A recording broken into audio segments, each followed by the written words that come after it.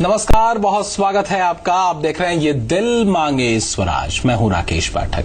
दिल तो स्वराज मांगता है, पर जतन हमारा करना भी बनता है। आप कहेंगे व्यवस्था है, हाँ जी व्यवस्था है, लेकिन व्यवस्था के बीच बहुत कुछ ऐसा घट रहा है, हो रहा है, जो व्यवस्थाओं से इतर अपने स्तर पर कुछ नजीर कर रहा है। फैसला हमें और आपको भी करना है।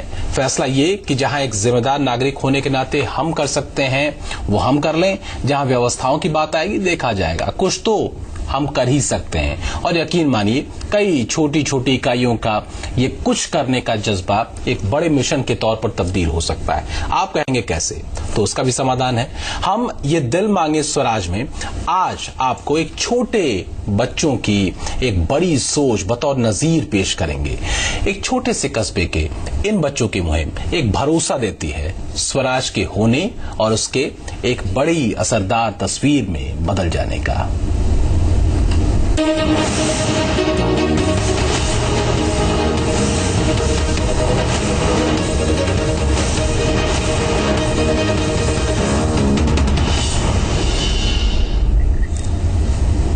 तो स्वराज के इस कंसेप्ट में ये बहुत जरूरी है कि ये समझें कि व्यवस्था को कहीं से भी बचकर निकलने की गुंजाइश हम नहीं दे रहे, क्योंकि वो है और उसकी जवाबदेही उतनी ही गंभीर है जितना कि संवैधानिक तौर पर उसे दी गई जिम्मेदारी। हाँ, ये और बात है कि हम यहाँ बतौर नागरिक अपनी जवाबदेही और जिम्मेदारी भी तय कर रहे हैं और करनी पड़ेगी, करनी चाहिए भी। जरा दो तस्वीरें देखिए।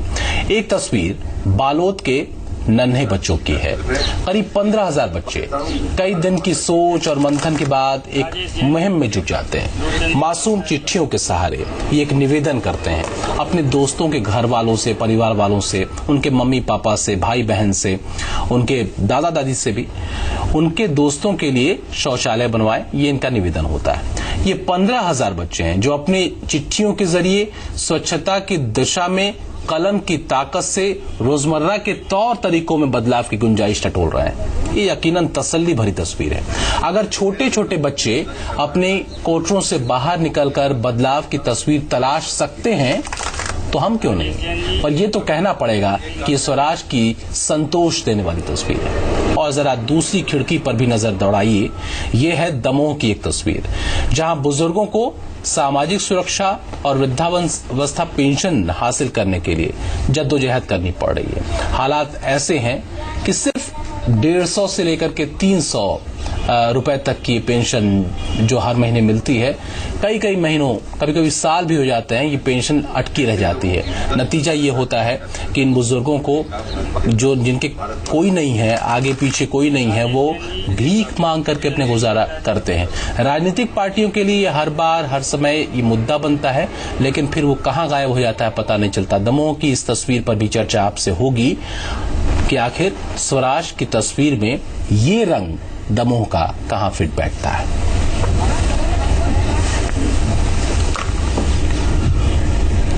तो चलिए शुरुआत स्वराज की एक उम्मीद भरी तस्वीर से करते हैं, जिसका जिक्र मैंने आपसे किया। लेकिन उससे पहले अगर एक सवाल मैं आपसे पूछूं कि नन्हे बच्चे क्या कर सकते हैं, आप कहेंगे बहुत कुछ, क्योंकि उनमें सीखने और कुछ नया करने की ललक होती है। यकीनन आप सही हैं, पर यहां बस एक और बात मैं जोड़ूंगा कि बच्चे सीखने के साथ ही कभी बड़ी सीख भी हमें देते हैं। आप वाकई तब हैरत में पड़ते हैं जब नन्हे हाथों से कल की एक बेहतर और आशाओं से भरी कहानी लिखी जाती है। ये कहानी लिखी गई है एक छोटे से कस्बे में। स्वराज दरअसल सोच में होता है।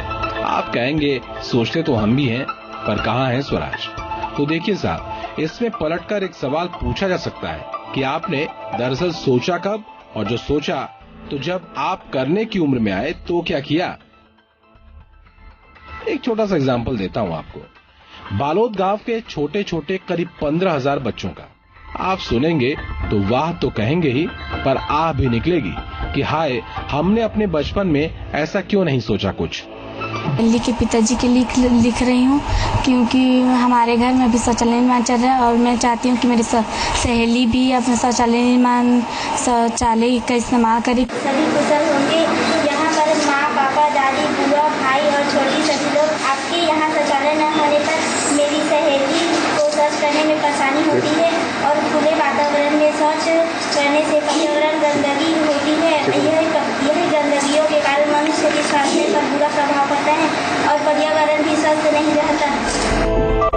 हाँ तो हुआ ना गजब। बच्चों ने कलम उठाई और अपने दोस्तों के मम्मी पापा दादा दादी भैया दीदी सबके नाम चिट्ठी लिखनी शुरू कर दी।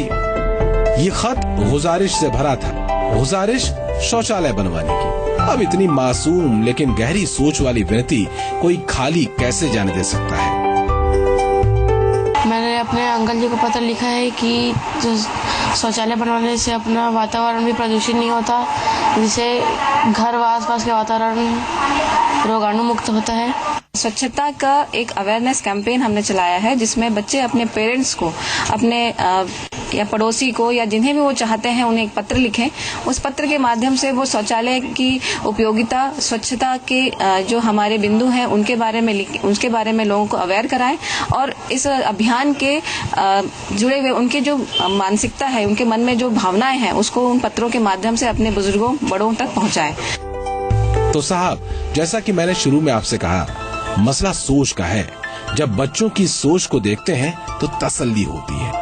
ये छोटे पौधे जब वृक्ष में तब्दील होंगे तो स्वराज की छाया तो फैलेगी। नन्हे बच्चों की बड़ी सोच हमारी उम्मीदों में तो स्वराज की तस्वीर मुकम्मल कर रही है। मसला वही है, अपने स्तर पर सक्रिय हो जाना। तो बच्चों की इस मुहिम पर वाह कहना तो बनता ही है कि नहीं? ब्यूरो रिपोर्ट, जी मीडिया। तो बच्चों ने जो मुहिम शौचालय को लेकर बालोद के एक छोटे से कस्बे में शुरू की है वो दीगर है। आईना हमें भी अपने साथ रख करके चलना होगा, ये तस्वीर देखने के लिए और अपनी जिम्मेदारी तय करने के लिए भी। देश प्रदेश मोहल्ला शहर पंचायत गांव स्वच्छ हों तो कई चुनौतियां जो स्वास्थ्य के स्तर पर हमसे सीधी टकराती हैं उससे तो बचा ही जा सकता है। बालोद के स्कूली बच्चों की चिट्ठियों को कुछ और तथ्यों के साथ विस्तार देते हैं। जरा स्थिति को समझिए। ग्रामीण क्षेत्रों में अधिकांश लोग खुले में शौच के लिए जाते हैं, जो सभ्य समाज के लिए शर्मनाक स्थिति है। खुले में शौच करने वालों में बच्चों की संख्या बहुत ज्यादा है। जो बच्चों का मल भी उसी तरीके से खतरनाक और नुकसानदायक होता है। इसकी वजह से संक्रमण फैलने और बीमारियों का खतरा भी बढ़ता है। पानी, हवा और धूप के साथ मिलकर ये ज्यादा खतरनाक हो जाता है। और यही नहीं, मक्खियों और दूसरी बीमारी वाले कीटाणुओं के पनपने का आधार भी यहाँ पर बनता है और इससे प्रदूषण भी बढ़ता है। इसके अलावा ये भी समझिए कि पानी के स्रोत में गंदगी से दूषित होने का नतीजा ये हो जाता है कि भयंकर संक्रमण वाली बीमारियां फैलती हैं। वहीं दूसरी तस्वीर ये भी है कि महिलाएं खुले में शौच के लिए जाना उनके लिए असम्मानीय स्थिति जैसा होता है। बूढ़े और बीमार व्यक्तियों को बाहर शौच के लिए जाना और भी कठिन। बीमार और बुजुर्गों के लिए बारिश के दौरान स्थिति और खराब होती है। तो बहुत सारी मुश्किलें हैं। तो बहुत इसका रास्ता एक है कि शौचालय जो अभियान है या शौचालय जिस तरीके से बनाने के लिए जो सरकार भी मदद कर रही है उस दिशा में सोचा जाए कम से कम।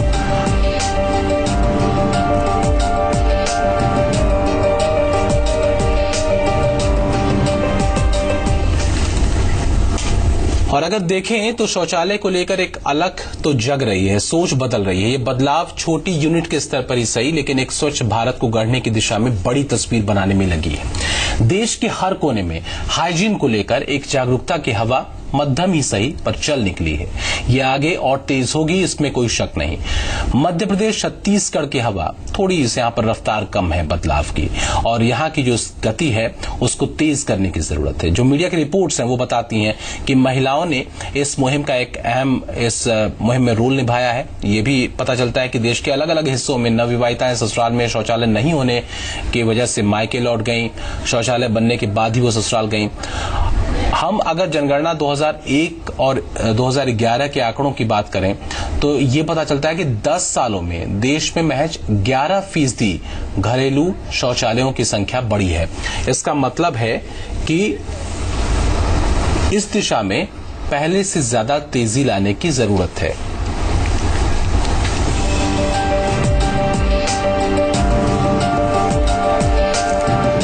शौचालय न होने पर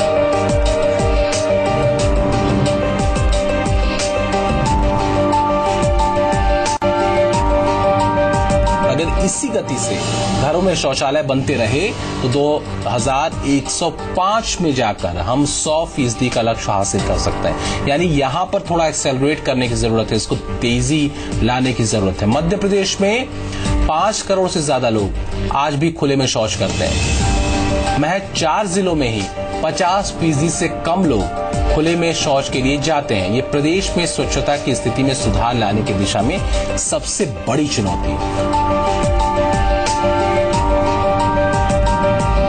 और खुले में शौच जाने की समस्या सिर्फ शौचालय बनाने से जुड़ी हुई नहीं है। इसको लेकर तमाम तरह की और दिक्कतें हैं। मसलन पानी की कमी एक बड़ा मुद्दा है, यानी शौचालय होते हुए भी इसका उपयोग नहीं हो पाता अगर पानी नहीं। वैसे भारत में ये सामान्य सी बात है कि पानी की किल्लत हर जगह बनी रहती है, इसलिए जरूरत इस बात की भी है कि शौचालय के महत्व को समझा और समझाया जाए। साथ ही पानी की उपलब्धता को भी सुनिश्चित किया जाए।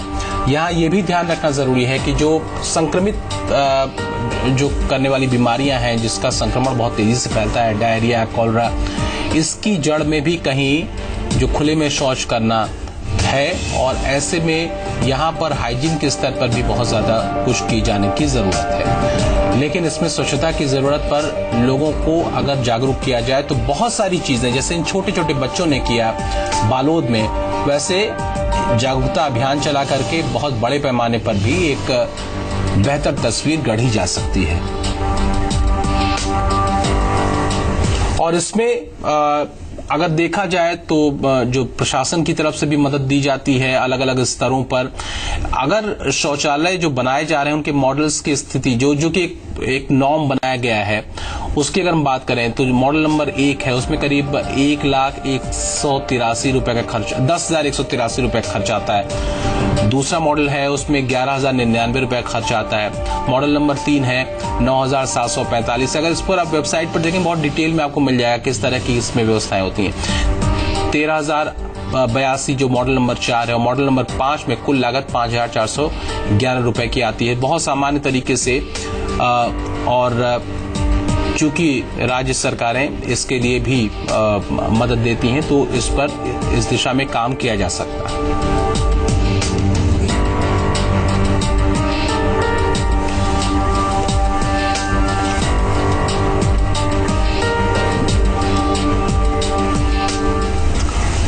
अब देश की प्रदेश के स्तर पर क्या स्थिति है शौचालयों की और किस तरीके से वहां पर काम हो रहा है, उस पर भी एक नजर डालिए। शौचालय अगर हम देश की बात करें तो कुल स्वीकृत जो शौचालय हैं देश में वो हैं 4,25,416। शौचालय जो तैयार हुए हैं देश भर में वो हैं 2,28,505, यानी लगभग आधा।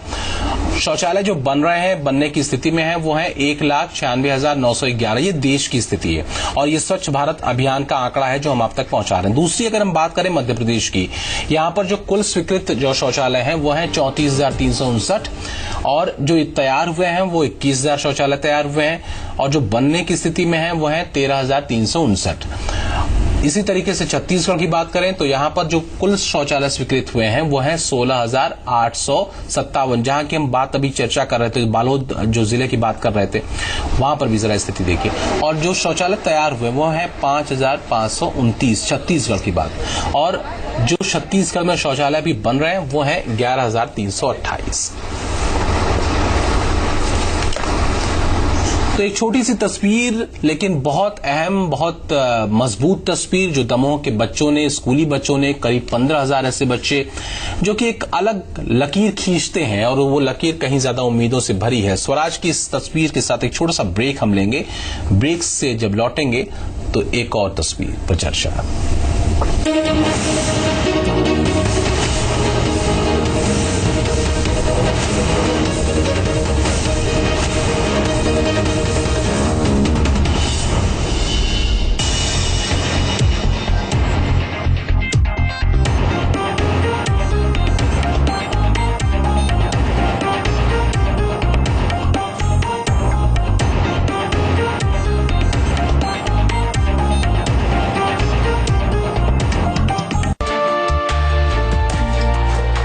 क्या आप जानते हैं कि हर साल एक परिवार को 6,816 रुपए की गैस सब्सिडी मिलती है, जबकि गवर्नमेंट स्कूल में पढ़ने वाले एक बच्चे का खर्च सिर्फ 3,200 रुपए है। मैं एक सशक्त नागरिक हूँ, मुझे किसी सहारे की जरूरत नहीं है, इसलिए मैं LPG सब्सिडी को ना कहता हूँ। मुझे सब्सिडी नहीं, एक शिक्षित राष्ट्र चाहिए। तो सोचिए, हमारा एक कदम 2 बच्चों को पढ़ने का अधिकार दिला सकता है। तो आप भी LPG सब्सिडी को ना कहें और देश को आगे बढ़ाने में भागीदार बनें। क्लासरूम तो जश्न है जिज्ञासा का। University Gwalior, celebrating dreams. असली ताकत पैरों में होती है। मेरे ट्रैक्टर के पैर बीके की टायर, इनसे ट्रैक्टर को मिले असली ताकत। बीकेटी टायर, ट्रैक्टर का सच्चा साथी।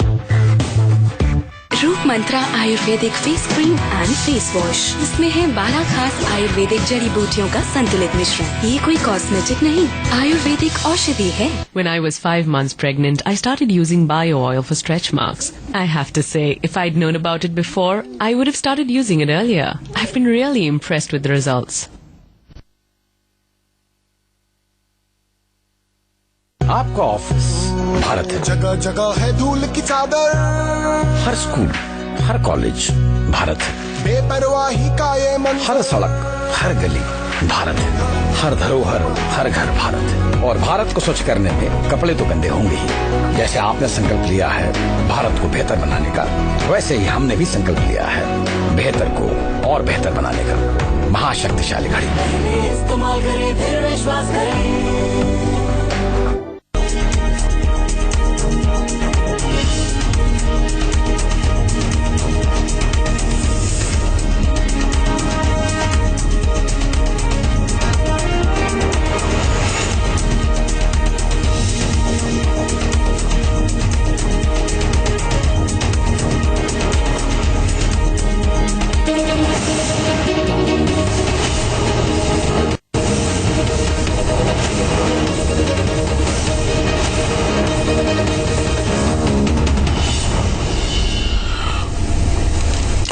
आप देख रहे हैं ये दिल मांगे स्वराज। अगली जो तस्वीर है वो आपको थोड़ा सोचने पर मजबूर करेगी।